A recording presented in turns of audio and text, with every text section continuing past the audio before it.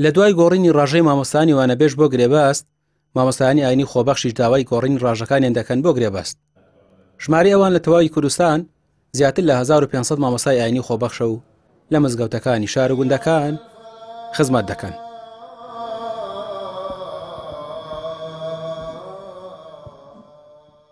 مامۆستای ئاینیمان هەیە 13 ساڵ بۆ 20 ساڵە بێ خۆبەخشە لە مزگەوتەکانە بە خۆبەخشی بەبێ ئەوەی کەوا هیچ بڕەپارەیەکی لە بەڕێوەبەرایەتی ئەوقاف و وەزارەتی ئەوقاف و کاروباری ئاینی هەبێ خزمەت ئەکا لە مزگەوتەکانە بە خاک و خەڵک و نیشتیمان و وڵاتمان.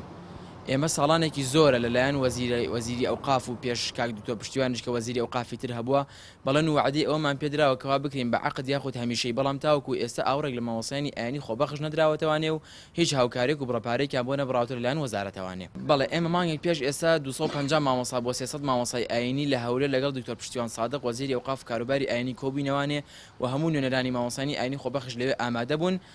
جنابی وەزیر وعدێکی بێ ئێمەدا هەر کاتێک مامۆستایانی وانەبێژی پەروەردەبوونە عەقد یا هەمیشەیی ئێوەش لەپاڵ ئەوانە ناوتان ئەنێرین و بکرێنە عەقد یاخود هەمیشەیی. ئەوە بووکەوە هەفتەی پێشوو لەلایەن سەرۆکی ئەنجومەنی وەزیرانەوە 38000 مامۆستای وانەبێژ کە پیرۆزباییان لێکین بوونە عەقد و کێشەکەیان نەما، بەڵام بەداخۆ تاوەکو ئێستا وەزیر هیچ دەنگێکی نییە بۆ ئێمە. بەشێکی زۆر لە مامۆستایانە دەڵێن زیاتر لە 13 ساڵە خۆبەخشین و ئاوەڕمان لێ نادرێتەوە. وەزارەتی ئەوقافیش بەڵێنی زۆری پێداوین و جێبەجێ نەکراوە. بەڕێوەبەری ئەوقافی سلێمانی لەسەر داواکاری خۆبەخشان بە پەیامی وت لە چەند ڕۆژی ئایندەدا لەگەڵ وەزارەت کۆ دەبنەوە و تاوتوێی داواکاری مامۆستایانی ئاینی خۆبەخش دەکەن.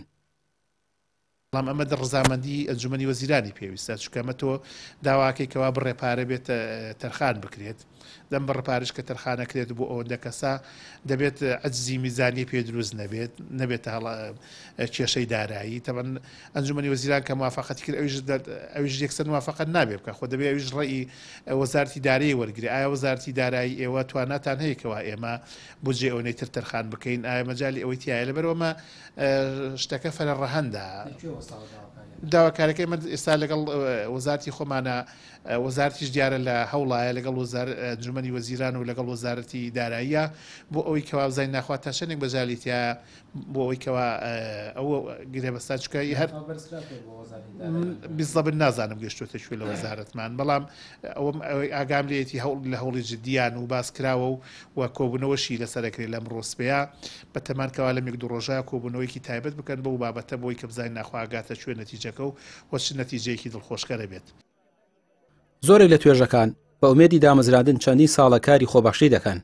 فەرمانبەر، پزیشک، تەندروستکار، مامۆستای ئاینی و چەند توێژێکی دیکەش.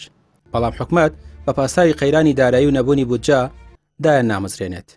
بۆ بەگرێبەستکردنی مامۆستایانی ئاینیش حکومەت پێویستی بە زیاتر لە 675 ملیۆن دینارە و تا ئێستا بڕیاری لێ نەدراوە. ڕامێر عوسمان، کەناڵی پێام، سلێمانی.